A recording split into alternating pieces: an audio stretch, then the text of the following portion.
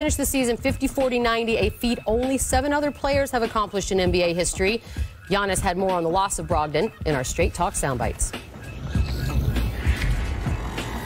He was playing great all year. He was scoring the ball for us. He was defending. He was making clutch shots for us. He was a leader in the locker room, and obviously we're going to still have that leadership from him. But it's going to be a tough one, not having Malcolm. But at the end of the day, we have a lot of guys that are going to step up.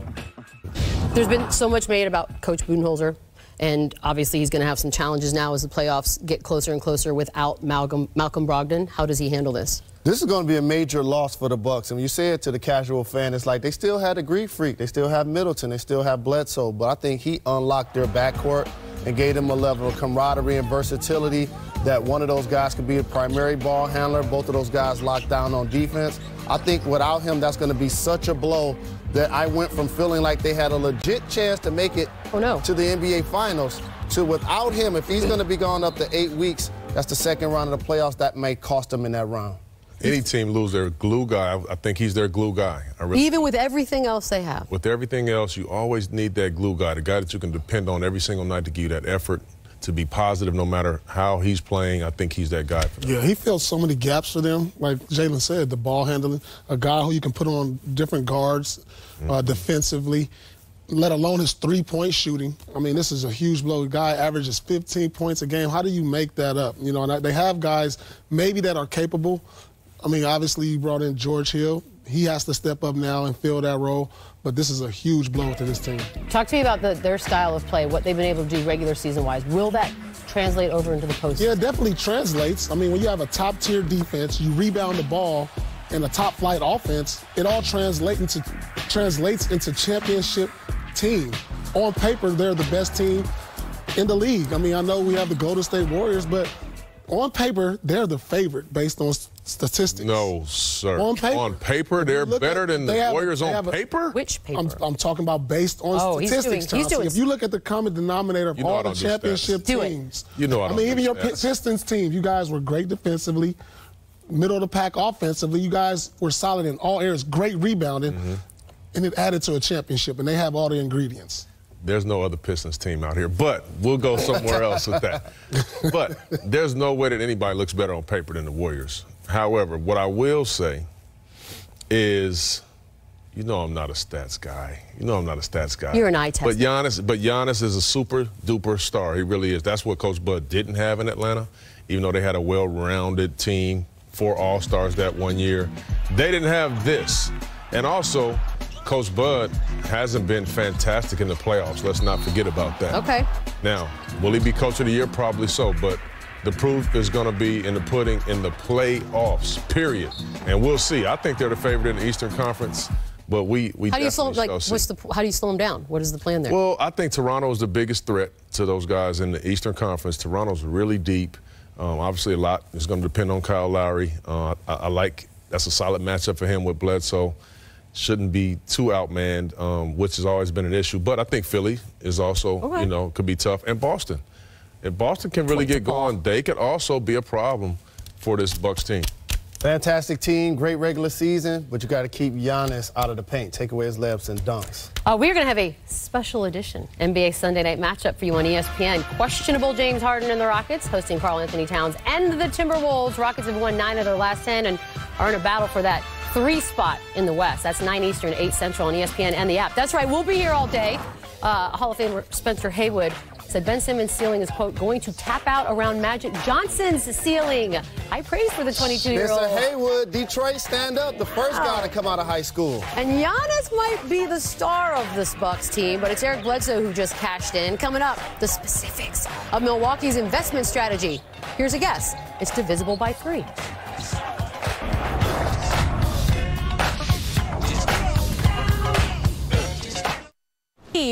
That the man who forced his way out of Phoenix and found himself in a heck of a spot could be made an argument for, correct? You know, I would argue for Bledsoe, even though they have 2 All-Stars and neither one of them are named Eric Bledsoe. Chris Middleton's been fantastic. But the way that they play, the way Coach Bud likes to play, he needs a point guard that can live in the paint. You watch him right here. Any point guard that can break down a defense, and command this type of attention, that's 4 green shirts in the paint. That's all you want if you're an offensive coach, to have your guys break down. And look, Brook Lopez, who's shooting 37% from 3, chilling, is wide open for pretty much a layup. That's Eric Bledsoe. Bled again. When he gets downhill, he is a problem. Now, that's De'Aaron Fox, one of the faster point guards in our game. And look what part of the game it is. This is crunch time. They're up 4. They need a bucket right here. He catches Willie Cauley-Stein sleeping right here and gets downhill for an uncontested layup. That's tough. He can change gears with the best of them. And you want to switch? Okay, let's switch. This is a big mistake right here. Cauley-Stein is going to jam Eric Bledsoe. Well, watch what he does. He creates some separation to get back downhill, and then he goes in his bag. He has that too. We didn't know that, did we? And I always believe this. So athletic. He's very, very good one-on-one defender, because you need to be. That's Kemba Walker. Nobody can guard him, even Bledsoe. But he continues to pursue and blocks a shot. He is a really, really, really valuable piece to this team. And you look at points in the paint for 6'1" or shorter. I mean, that's pretty impressive. That's a heck of a list right there. So you talk about him getting a new deal and earning it. Definitely deserves it, and Eric Bledsoe is, to me, a very underrated point guard. So we got a lot of talent on the floor, but I think the fact that we've got 2 of the league's elite big men today playing can only mean one thing. It's time to play a little this. I love this game. Or that. Here they come, yo. Here they come. Here they come, yo. Here they come. Here they come. This or that. Here they come. This or that. This or that. This or that. This or that. This or that. This or that. You could get with this, or you could get with that. You could get with this, or you could get with that. You could get with this, or you could get with that. I think you get with this, 'cause this is kind of fat. You could get with this, or you could get with that. You could get with this, or you could get with that. You could get with this, or you could get with that. I think you get with this, 'cause this is where it's at. This is quite simple. The answers are going to be Embiid or Giannis. That's it. I'll start with Paul on the first one. Who has more individual postseason success this postseason? I'm going to go with Greek Freak. Okay. That was easy. That was easy. Anyone else? Individual, to me, is based on winning. Both of these are terrific players, but I'm going to go with Embiid because I think his team is going to get farther. Paul Pierce. You agree with I'm riding with you, man. I'm riding with you. Jump on this train, Chauncey. I think Giannis. Jump on this train. And to your point, I think their team is better. I think they will go deeper in the playoffs. And if they do, it will be because, obviously, Greek Freak is going to be special. Obviously. Okay. More fearsome competitor, Chauncey. You start. Giannis. Giannis. More. You said that was quick. bass in your It was voice. quick. He reminds me a lot of Kevin Garnett. You know, Ben Wallace, Russell and him had the same ferocity. Definitely Giannis. Well, you know who Joel Embiid reminds me of? Hakeem Olajuwon. I'm taking him because he's the guy that gets under other people's skin. I haven't seen necessarily Greek by talking to it with anybody. By talking, not playing, by talking. Drummond, Whiteside, he tries to get a few bodies. Russell Westbrook, I'm just saying. He's a good talker. He's a great talker. The easy one is Greek Freak. When he comes into the lane, people get out the way. Immediately, he leads the league in dunks. If you want to talk about fearsome, that's fearsome right there. All right, fine. Jalen, I love this. Who do you think you would enjoy playing with more? Oh, no doubt, Joel Embiid. You saw him at All-Star Weekend with his shirt off, singing Meek Millie. I want to hang out with him. Do you see his karaoke on his birthday the other day? Hang out or play. I mean, enjoy. It's a lifestyle, guys. Enjoy. lifestyle. 3, he could drop dimes. He got game. There's no question about that. He got huge. Play on the post. The Greek Freak. Every night I could watch this kid come down the lane and throw down a ferocious dunk on somebody. Love to play with the Greek Freak. Listen, he reminds me so much of a guy that we both played with, Kevin Garnett. I know you loved playing with Kevin. I did too. He reminds me of Kevin, Ben. His competitive spirit every single night on both ends. I would love to play You with guys are batting 1,000 here. All right, down 2, Paul. Who do you trust with the ball?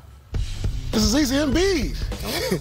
He's more versatile of a scorer, even though Giannis is shooting 3 more, but I got to go with Embiid. Wow. Okay.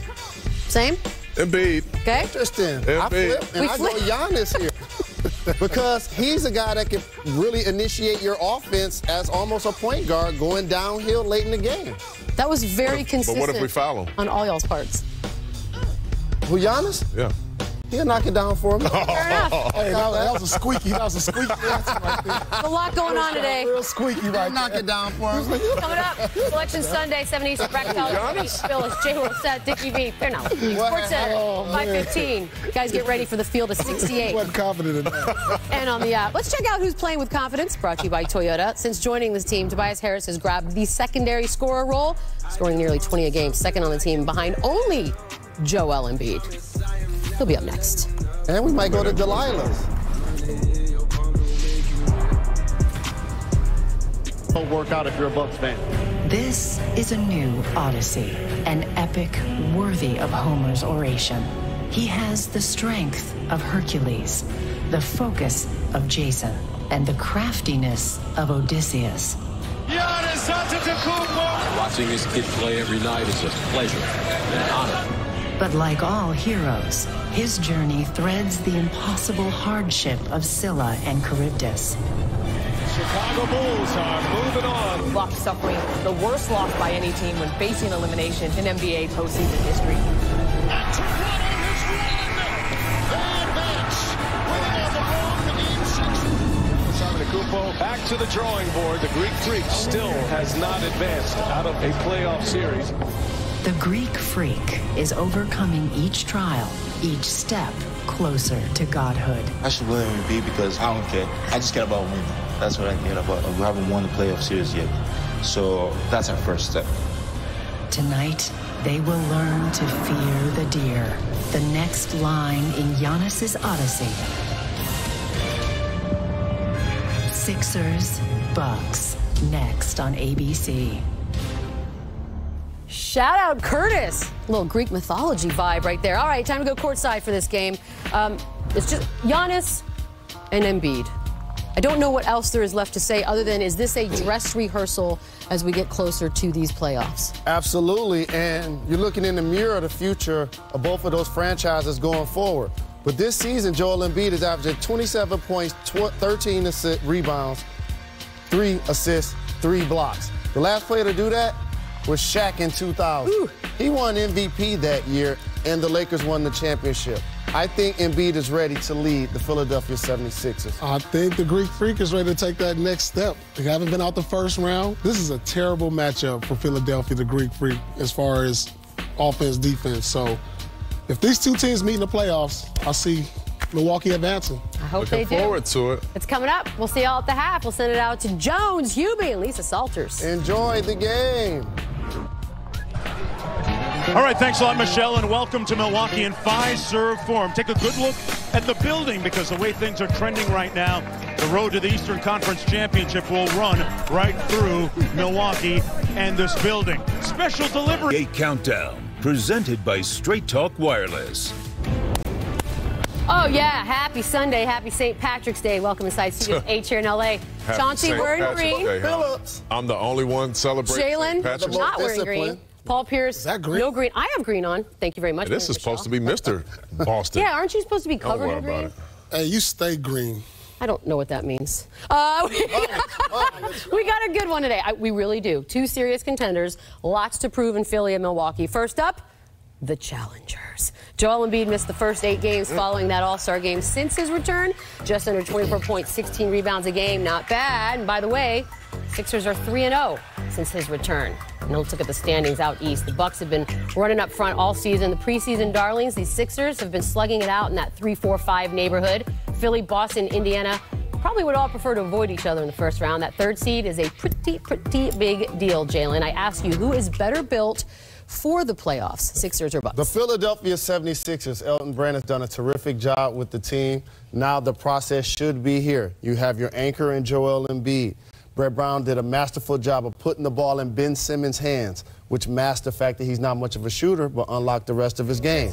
You add Jimmy Butler, who can lock down on D, and he's a closer. You add Tobias Harris, who's a multifaceted player on both ends of the floor and can make an open shot. So I feel like, along with J.J. Redick, they have the 2nd best starting 5 in the NBA. The Sixers, in my opinion, are better built right now than the Bucks to go far. Make no mistake about it, though. The process is over.